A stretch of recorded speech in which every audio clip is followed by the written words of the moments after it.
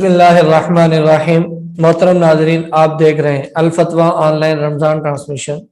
अल-फतवा online Ramzan transmission आपके सवालात और उनके हल। आप हमसे जैसे जैसे सवालात करते हैं हम उनके जवाबात मुफ्तियान इकराम से पूछ कर आप तक पहुँचा देते हैं ताकि आप उस पर अमल कर कर अपनी इबादत को ठीक तरीके से अदा कर सकें। आज जो कि हम सबसे पहले चलेंगे अपने मेहमान की तरफ, मुफ्ती मोहम्मद तनवीर अहमद साहब डरनाल से, जो कि आज हमारे साथ मौजूद हैं। और आज हमारे साथ ऑनलाइन हमारे साथ हमारे मेहमान मौजूद हैं। सबसे पहले हम अपने मेहमान की तरफ चलेंगे। अस्सलाम वालेकुम रहमतुल्लाहि व बरकातहू। वालेकुम अस्सलाम वरहमतुल्लाहि ताला वबरकातुहू। क्या हाल है, खैरियत से आप? अल्हम्दुलिल्लाह, अल्लाह का शुक्र है। आप सुनाएं, आपकी तबीयत कैसी है? अल्हम्दुलिल्लाह, अल्लाह का फजल। मोहतरम नाजरीन, जैसा कि आपके इल्म में है कि अब हमारी सवालात की नशिस्त शुरू होने सवालात और जवाबात की नशिस्त शुरू होने वाली है। अब इसके लिए अगर आप हमसे सवालात करना चाहते हैं तो उसका आसान तरीका कमेंट बार में, और दूसरा तरीका यह है कि हमारा जो व्हाट्सएप नंबर स्क्रीन पर शो हो रहा है आप उस पर अपना मसला तहरीर कर कर हम तक पहुंचा दें। इंशाल्लाह आपके मसले का जवाब आप तक पहुंचा दिया जाएगा।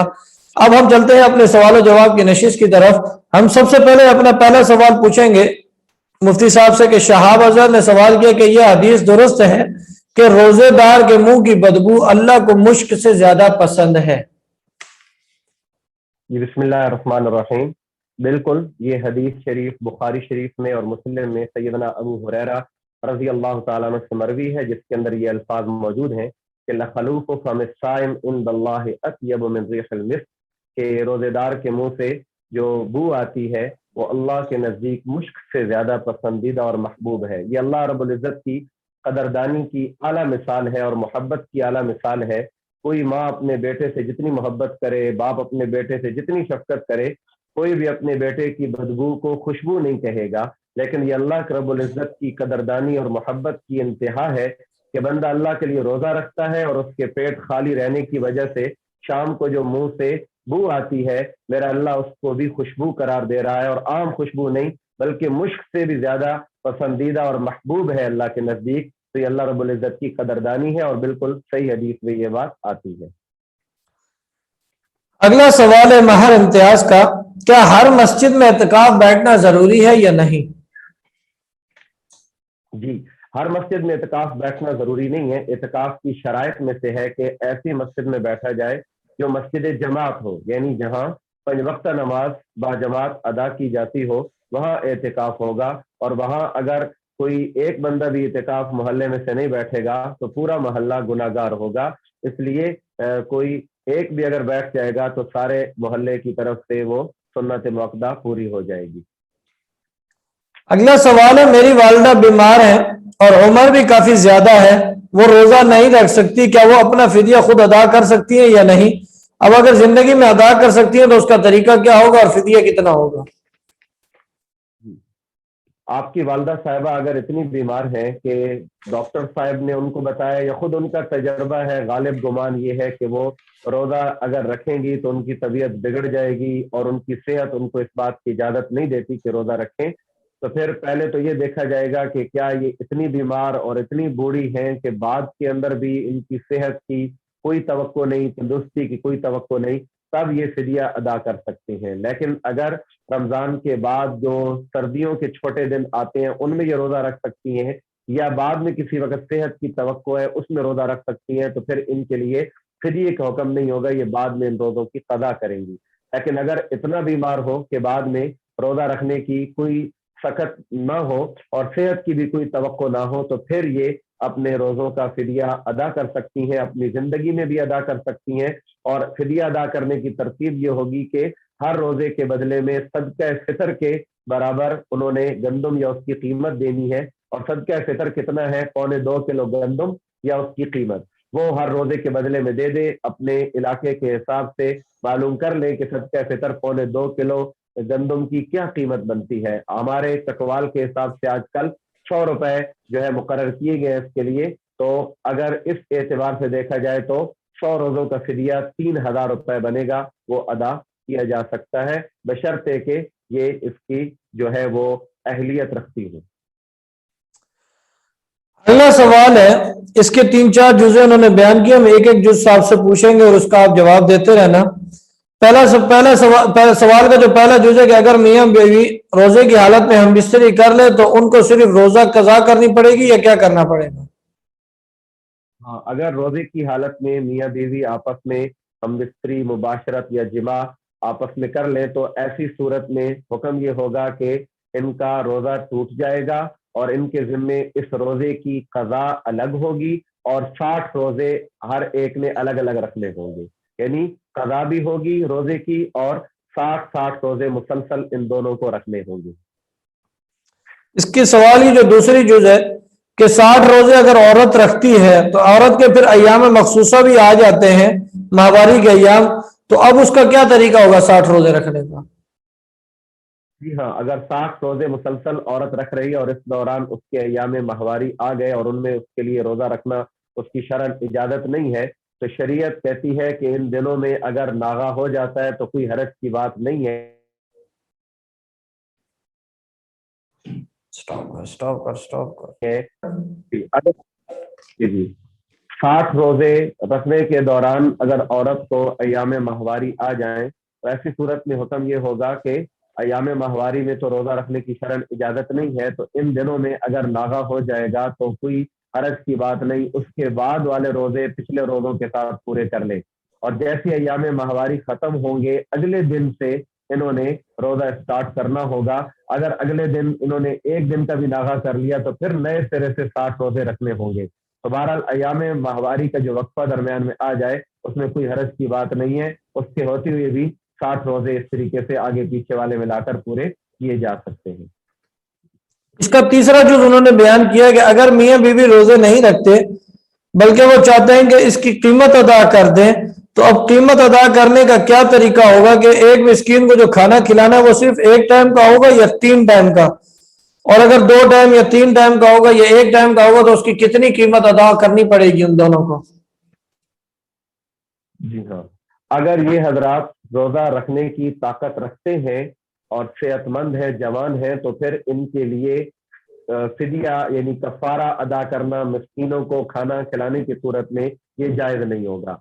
अगर ये रोजा रखने की 60 जो रोजे हैं वो रखने की ताकत नहीं रखते तो फिर इस सूरत में हुक्म होगा कि ये 60 मिस्कीनों को खाना खिला सकते हैं और 60 मिस्कीनों को खाना खिलाने की सूरत ये होगी कि सुबह शाम का खाना खिलाना होगा। ये भी कर सकते हैं कि एक मिस्कीन को 60 दिनों तक खाना खिलाएं और ये भी कर सकते हैं कि 60 मिस्कीनों को एक ही दिन में सुबह शाम का खाना खिला दें, तो इस तरीके से उनका कफारा अदा हो जाएगा। और अगर वो कीमत के हिसाब से देना चाहें तो हर मिस्कीन के बदले में सदका फितर के बराबर गंदम या उसकी कीमत दे दे। सदका फितर के बराबर जो गंदम है वो 2.25 किलो गंदम है, तो इस एतबार से आजकल के हिसाब से हमारे चकवाल के हिसाब से 100 रुपए 2.25 किलो या एहतियातन 2 किलो के हिसाब से मुकर्रर की गई है। तो 60 मिस्कीनों को 100 के साथ ज़रब देकर 6,000 रुपए जो है वो मिस्कीनों को खाना खिलाने के बदले में अगर कीमत के साथ देना चाहें तो इस तरीके से कफारा भी अदा किया जा सकता है। जी, उसमें उन्होंने तीसरी चीज जो पूछी है कि जो 60 मिस्किनों को खाने की कीमत अदा करनी है वो दोनों टाइम की एक ही फिदिये की अदा करनी है या दोनों टाइमों की अलग अलग है, सुबह का 100 रुपया और शाम का 100 रुपया, या दोनों का सुबह शाम एक ही फिदिये के बराबर होगा? एक ही फिदिये के बराबर होगा और दोनों ने अपने अपने अलग तौर पर अदा करनी है, शौहर ने अलग और बीवी ने अलग अलग अदा करनी होगी। मुहतरम नाजरीन, जैसा कि आप सुन रहे सवालात और उसके जवाबात की नशिस्त, जो कि मुफ्ती साहब आपके सवालों के बड़े बेहतरीन अंदाज में और आसान अल्फाज के साथ जवाब दे रहे हैं ताकि आप उसको समझकर उस पर अमल कर सकें, और अल्लाह से दुआ है कि अल्लाह हमें अमल करने की तौफीक भी अता फरमाए। अब हम चलते हैं अपने अगले सवाल की तरफ कि उमर फारूक चकवाल से कि हम तरावी में एक सिपारा पढ़ते हैं और हर रकात में एक रुकू पढ़ने की हमने तरतीब बनाई हुई है, तो हर सिपारे में तकरीबन 16 रुकू होते हैं और 16 तरावी में हमारा पारा मुकम्मल हो जाता है। आखिरी 4 रकातों में हम कोई ना कोई सूरतें छोटी मोटी पढ़ लेते हैं, क्या वो तरीका ठीक है? क्योंकि हमारे मुक्तदी इस पर एतराज करते हैं कि वो तरीका गलत है। ये आपका जो तरीका है ये भी सही है, इसको गलत नहीं कहा जा सकता। तरावी इस तरीके से अदा हो जाती है, लेकिन उसमें बेहतर सूरत यही होती है कि आप جو 16 رکوع ہیں اور ہر سپارے کے 16 نہیں ہوتے, کسی کے 18 بھی ہوتے ہیں, 20 بھی ہوتے ہیں, تو آپ کوشش یہ کر لیا کریں کہ 16 رکوع کو 20 رکعتوں میں تقسیم کر لیا کریں, تاکہ پوری تراویح کے اندر پورا جو آپ کی منزل ہے وہ ہر رکعت کے اندر آ جائے, تو یہ زیادہ بہتر صورت ہے. لیکن جس طریقے سے آپ کر رہے ہیں وہ بھی غلط طریقہ نہیں ہے, اس طریقے سے بھی تراویح بہرحال ادا ہو جائے گی, اور تراویح کے اندر جو قرآن پڑھنے والی سنت ہے وہ بھی انشاءاللہ پوری کی پوری ادا ہو جائے گی. اگلا سوال ہے برہان کوئٹہ سے کہ میں الزائمر کا مریض ہوں, میری نماز کے اندر ایسے ہوتا ہے کہ میں بھول جاتا ہوں کہ یہ پہلی رکعت پڑھی ہے, دوسری پڑھی ہے, یا اسی طریقے سے صورتوں کے اندر بھی ایسا ہوتا ہے کہ میں صورتیں بھول جاتا ہوں کہ میں نے پڑھی ہے یا نہیں پڑھی, تو میں سجدہ سہو کر لیتا ہوں. کیا اس کے اندر یہ ہو سکتا ہے کہ میری بیماری کی وجہ سے میں سجدہ سہو نہ کروں تو نماز میری ادا ہو جائے؟ اس میں سب سے پہلی بات تو یہ ہے کہ نماز کے اندر جو صورتوں کی ترتیب ہے, فرض نماز کے اندر وہ صورتوں کی ترتیب کو اسی طریقے سے جس طریقے سے قرآن پاک میں موجود ہے اسی طریقے سے پڑھنا, کہ جو پہلے ہے وہ پہلے ہے, جو بعد میں آنے والی صورت ہے اس کو بعد میں پڑھا جائے, یہ قرات کے واجبات میں سے, نماز کے واجبات میں سے نہیں ہے. لہذا اگر ترتیبوں جو صورتوں کی ترتیب ہے اس میں اگر آگے پیچھے ہو جاتا ہے تو اس میں کوئی کراہت کی بات نہیں ہے, چاہے وہ جان بوجھ کر ہو جائے اور چاہے بھول کر ہو جائے. البتہ جان بوجھ کر ہو جانے کی صورت میں یہ ہوگا کہ قرات کے اعتبار سے جو واجب ہے اس میں کمی رہ جائے گی, لیکن بہرحال دونوں صورتوں میں اگر جان بوجھ کر ترتیب آگے پیچھے ہو گئی یا بھول کر اور سہون صورتوں کی ترتیب آگے پیچھے ہو گئی تو اس کی وجہ سے سجدہ سہو لازم نہیں ہوتا, کیونکہ یہ نماز کے واجبات میں سے نہیں ہے, یہ قرات کے واجبات میں سے ہے. اس لیے بہرحال اس صورت میں سجدہ سہو واجب نہیں ہوگا, آپ کی نماز درست ہو جائے گی, کیونکہ آپ بتا رہے ہیں کہ میرا عذر ہے, بھول جاتا ہوں, تو ایسی صورت میں نماز کے اندر کوئی کراہت بھی نہیں آئے گی. اور اسی طریقے سے رکعتوں کی ترتیب میں اگر بھول کی وجہ سے ایسا ہو جاتا ہے تو پھر اس کو آدمی سجدہ سہو کے ساتھ اس کمی کو پورا کر سکتا ہے, اس میں بہرحال آپ کو سجدہ سہو کرنا ہوگا. اگلا سوال ہے زوجہ منصور کا کہ تراویح 2 رکعت پڑھنا ٹھیک ہے یا 4 رکعت کر کے بھی پڑھی جا سکتی ہیں؟ تراویح میں اصل تو یہی ہے, اسی طرح توارث چلا آ رہا ہے کہ 2 رکعت کر کے پڑھی جائیں اور 2 رکعت کے بعد التحیات میں بیٹھ کر سلام پھیر لیا جائے. لیکن اگر کوئی بندہ 4 رکعت پڑھ لیتا ہے, جان بوجھ کر پڑھنا 4 رکعت یہ مکروہ ہے, لیکن اگر کسی وجہ سے 2 رکعتوں کے بعد وہ تیسری چوتھی کے لیے کھڑا ہو گیا تو پھر اس صورت میں پڑھنا جائز تو ہے, لیکن جان بوجھ کر اس طریقے سے شروع سے ہی 4 رکعتیں ذہن میں رکھ کر ترتیب بنانا تراویح کی, یہ صورت جو ہے کراہت سے خالی نہیں ہے. اس لیے جو توارث چلا آ رہا ہے اسی کو اپنایا جائے اور تراویح کو 2 رکعت کر کے پڑھا جائے, تو یہی صورت سب سے بہتر ہے, افضل ہے, اور اسی پر جو ہے وہ توارث بھی موجود ہے. اگلا سوال ہے رضوان تلگنگ سے کہ زیر ناف بال کتنے دنوں میں کاٹنے چاہیے اور کس حد تک کاٹنے چاہیے؟ ہاں, سب سے پہلا سوال یہ ہے کہ زیر ناف جو بال ہیں ان کو کاٹنا کتنے دنوں تک آپ پوچھ رہے ہیں کہ ہونا چاہیے. تو اس میں سب سے بہتر اور افضل صورت یہ ہے کہ ہر ہفتے ہو سکے تو بندہ اس کی صفائی کرے, اور اگر ہر ہفتے نہ ہو سکے تو کم از کم 2 ہفتوں میں ایک بار یہ ہو جائے. زیادہ سے زیادہ اس کی مدت ہے 40 دن. اگر 40 دن کے بعد بھی آدمی بلا عذر ان بالوں کو چھوڑے رکھے اور نہ کاٹے تو پھر یہ مکروہ تحریمی ہوگا اور گناہ ہوگا. اس سے پہلے بہرحال ان بالوں کو کاٹ لینا چاہیے. دوسرا آپ نے سوال یہ پوچھا کہ اس کی حد کیا ہے, تو اس کی حد جو ہے وہ ناف کے نیچے جو پیڑو کی ہڈی ہوتی ہے وہاں سے یہ شروع ہوتی ہے اس کی صفائی کی حد, اور عضو خاص اور اس کے نیچے خصیتین اور اس کے علاوہ جو پخانے کا مقام ہے اس کے آس پاس بھی اگر بال ہیں اور وہاں نجاست ٹھہر سکتی ہے تو ان کو بھی جتنا ممکن ہو سکے صاف کرنا, اور رانوں کے اوپر بھی جہاں گندگی اور نجاست کے ٹھہرنے کا امکان ہے اس جگہ کو صاف کر لینا ضروری ہے. اگلا سوال ہے عارف لاہور سے, میں شوگر کا مریض ہوں اور روزہ رکھنا ممکن نہیں, کیا میں فدیہ ادا کر سکتا ہوں یا نہیں؟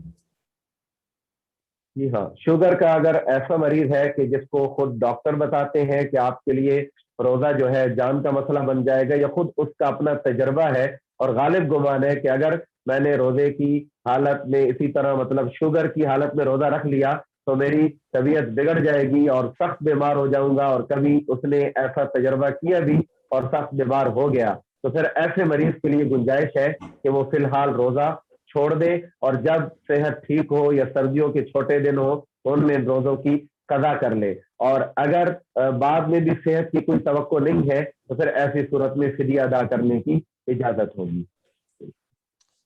اگلا سوال ہے سیف اللہ کا کہ اگر سحری کے وقت آنکھ دیر سے کھلی اور اذانیں شروع ہو گئی تھی تو کیا سحری کر کے اس وقت روزہ رکھ سکتا ہوں یا نہیں؟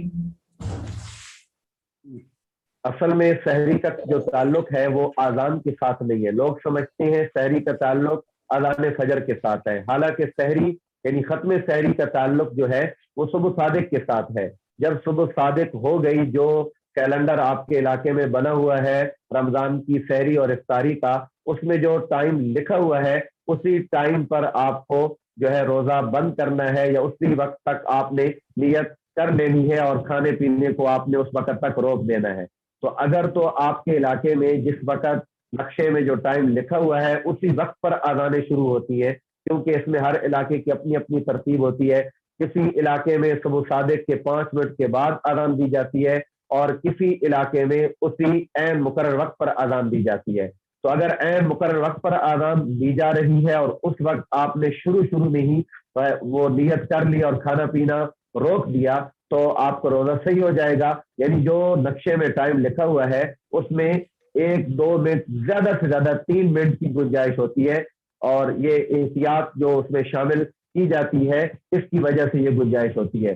تو اگر اتنے منٹوں کے اندر اندر آپ نے کھانا پینا روک لیا تو آپ کا روزہ صحیح ہو جائے گا، اور اگر 3 منٹ سے زیادہ تاخیر ہو گئی یعنی 5 منٹ ہو گئی اور اس کے بعد اذانیں شروع ہوئی اور ان اذانوں کے ساتھ آپ نے کھا پی کر یا پانی پی کر روزہ بند کر لیا اور نیت کر لی، تو ایسی صورت میں یہ روزہ آپ کا صحیح نہیں ہوگا، آپ کو اس روزے کی دوبارہ قضا کرنی ہوگی، چاہے لا علمی کی وجہ سے ایسے ہوا یا جان بوجھ کر ایسے ہوا۔ اس میں عام طور پر لوگ بڑی بے احتیاطی کرتے ہیں اور اذان تک کھاتے پیتے رہتے ہیں، حالانکہ کئی جگہوں پر اذان صبح صادق کے 10-12-15 منٹ کے بعد دی جاتی ہے، تو اس کا تعلق اذان کے ساتھ نہیں ہے، اس کا تعلق صبح صادق کے ساتھ ہے۔ جو ٹائم لکھا ہوا ہو نقشوں میں یا جس وقت وہ سائرن بجے کہ اب روزہ بند کر دیں تو اسی وقت ہمیں کھانا پینا بند کر لینا چاہیے۔ جی محترم ناظرین، آپ دیکھ رہے تھے Al-Fatwa online Ramzan transmission. Al-Fatwa online Ramzan transmission آپ کے لیے لایا آپ کے مسائل اور ان کے حل۔ آپ ہم سے اپنے سوالات کرتے رہتے ہیں گاہے بگاہے، اور ہم مفتیان اکرام سے آپ کے سوالات پوچھ کر آپ تک جواب پہنچا دیتے ہیں۔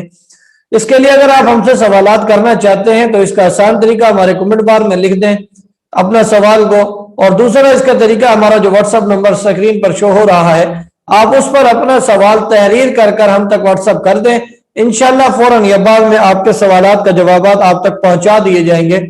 محترم ناظرین، یہ نشست ہماری ہر روزانہ دن 3 بجے چلتی ہے، پاکستان کے ٹائم کے مطابق دن 3 بجے فیس بک پیج پر بزم قرآن پیج پر روزانہ چلتی ہے، لیکن جمعے والے دن ہم اس کا ناغہ کرتے ہیں، جمعے والے دن ہماری نشست نہیں ہوتی، تو اس چیز کا آپ بھی نوٹ فرما لیں تاکہ جمعے والے دن اکثر لوگ ہم سے سوالات کرتے ہیں، پوچھتے رہتے ہیں، تو وہ ہم جمعے کی جگہ پہ ہفتے والے دن ان سوالات کا جوابات ہم آپ تک پہنچا دیتے ہیں۔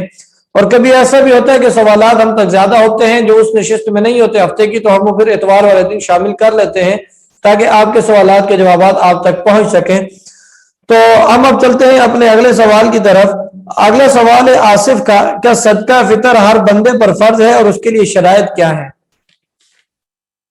صدقہ فطر ہر بندے پر فرض نہیں ہے، اس کے لیے شرائط ہے، عاقل ہو، بالغ ہو، مسلمان ہو، اور اس کے پاس ضرورت سے زیادہ اتنا مال ہو جو 52.5 تولے چاندی کے برابر، اس کے پاس سونا، چاندی، نقدی رقم، مال تجارت اور ایک اور چیز ضرورت سے زیادہ سامان، یہ سب ملا کر ان سب کا مجموعہ اگر 52.5 تولے چاندی تک پہنچ جاتا ہے، جو آج کل کے اعتبار سے 72-73 ہزار کے برابر ہے، تو ایسے بندے پر صدقہ فطر اپنی طرف سے اور اپنی نابالغ اولاد کی طرف سے دینا واجب ہوگا۔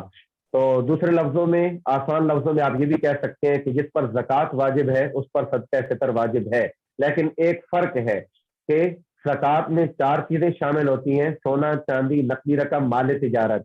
और सदका फितर में एक 5वीं चीज भी होती है, और वो क्या है? घर के अंदर जो जरूरत से ज्यादा सामान पड़ा है, साल भर में इस्तेमाल नहीं होता, 3 जोड़ों से ज्यादा कपड़े, या और जो घर में आसानी और राहत के तायुश के सामान रखे हुए हैं, उन सबको जमा किया जाएगा। अगर वो 72-73 हजार रुपए के बराबर पहुंच जाता है, तो ऐसे आदमी पर अपनी तरफ से और अपनी नाबालिग औलाद की तरफ से सदका फितर देना वाजिब होगा। नहीं अदा करेगा तो गुनहगार होगा। अगला सवाल है उम्मे हसन का कि कभी कभी घर में बहुत सारी चींटियां निकल आती हैं, उनको झाड़ू से हटाने से वो मर जाती हैं, या उनको बहुत ज्यादा हो तो उन पर दवाई डालकर मार देती हूँ, तो क्या मैं गुनहगार होंगी? और इसका कोई आसान हल बता दें ताकि हम गुनहगार होने से बच जाएं। जी हाँ, अगर चिमटी अजियत का बायस हो, तकलीफ का बायस हो, तो उसके मूजी और ईजापन की वजह से उसको मारने की इजाजत है। चाहे आप दवाई के जरिए से मारें या झाड़ू के जरिए से उनको अलग कर दें, दूर कर दें। तो अगर वो आपको नुकसान पहुंचाती हैं, आपके काम काज में उनकी वजह से हरज पैदा होता है, तो फिर आपको शरअन इजाजत है, अगर उनको आप मार देंगे तो गुनाहगार नहीं होंगे ऐसी सूरत में। लेकिन आम हालात में चिमटियों को मारना जो है वो जायज नहीं है, कि जब ये आपके लिए किसी किस्म का नुकसान और अजियत का बायस न बन रही हो, तो फिर इनको मारना या कत्ल करना जायज नहीं होगा। अगला सवाल है जोजा मंसूर का कि अगर किसी ने ज़कात की रकम से ज्यादा अदा कर दी, जो ज़कात की रकम से ज्यादा थी, तो क्या वो जो ज्यादा रकम होगी अगले साल की ज़कात में शामिल की जा सकती है या नहीं?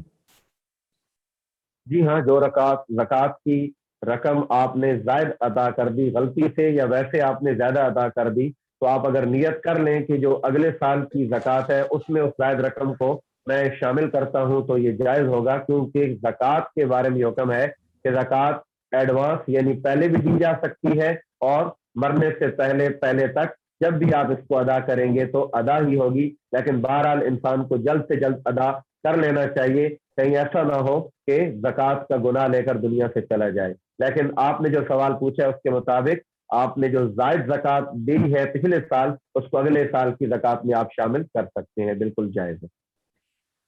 अगला सवाल है कि मेरा छोटा भाई मेरी किफालत में है और मुझे मर्ज में मुब्तला है, क्या मैं अपनी ज़कात की रकम से उसका इलाज करा सकता हूँ? और दूसरा यह कि दूसरों से भी ज़कात के पैसे की मद में से लेकर उसका इलाज करवा सकता हूँ या नहीं?